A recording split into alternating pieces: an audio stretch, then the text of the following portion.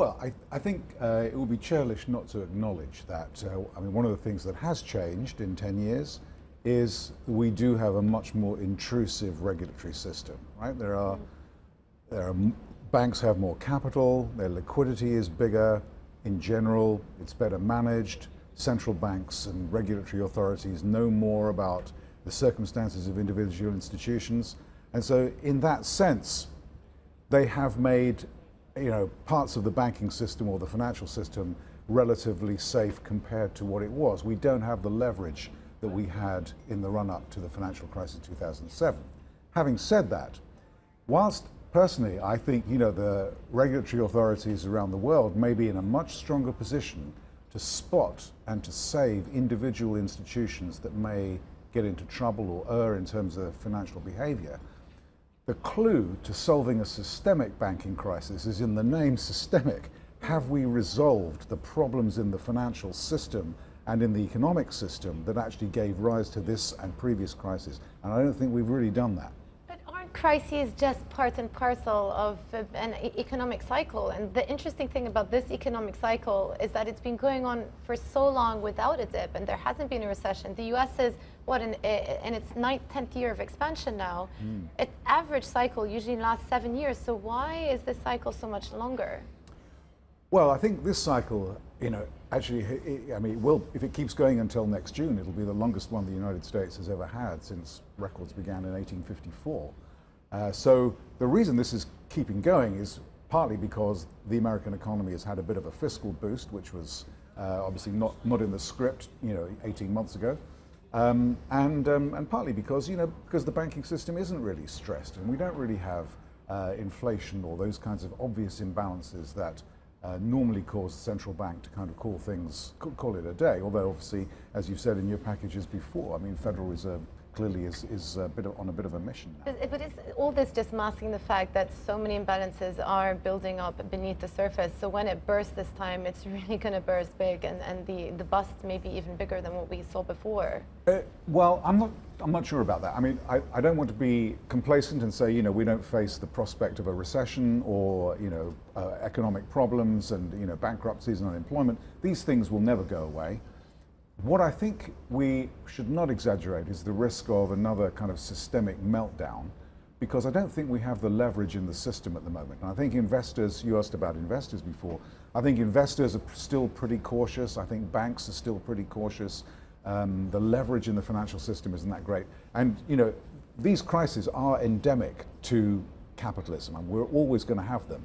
And until we change the way that we think about banks in the financial system, we'll have to kind of beware of the risks that they will happen in the future.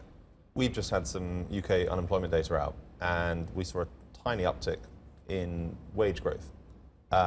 We have the lowest unemployment rate in the UK, at least, for more than 40 years. And I wonder, when you look at the better capitalized banks, you look at the improved, in your words, regulatory environment, is that enough to grapple with some of the biggest fundamental challenges we face, like wage stagnation, like income inequality, when you talk about systemic risk? Yeah, no, I don't think it is. I mean, I think it's a sort of de minimis kind of thing that, you have to make the banking system work properly and serve the economy, et cetera, et cetera. But actually, the other issues that the systemic issues that I referred to before that we haven't really come to terms with. We haven't come to terms with stagnant wages. I mean, I think it's still rather noisy when we see these kind of points, something or others, sure, month or month. So we haven't come to terms with wage stagnation or productivity or income inequality, which actually, is a big constraint on the capacity of companies, well, at the minimum of the capacity of companies to basically make a lot of headway, but actually of the economy to deliver favorable outcomes. So I think, yeah, we've got a long way to go, I think. And of course, if we don't solve these problems in the economy that are still leftovers from the financial crisis, then I think if we do run into a shock, if it's a China banking shock or a US recession or a liquidity shortage somewhere, because this will become exacerbated. And when the economy is bad, banks have to face bad loans, and companies, people can't get credit. So these things will come back to visit us, I'm sure.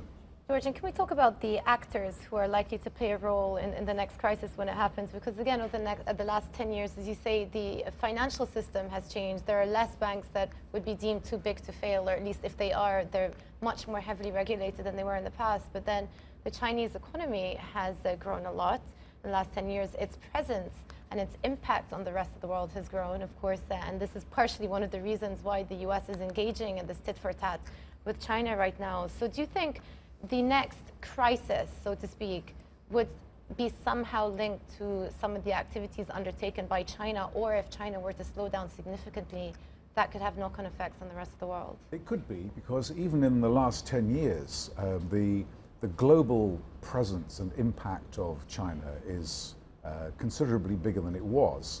I mean, I don't think that China faces a financial crisis in the way that we had 10 years ago. Simply because it's a state-owned banking system and no major financial institutions will be allowed to fail. But that doesn't mean that China doesn't have the manifestations of a financial problem which it has to come to terms with, and there will be repercussions which are likely to be economic growth, and that will affect us all, I think.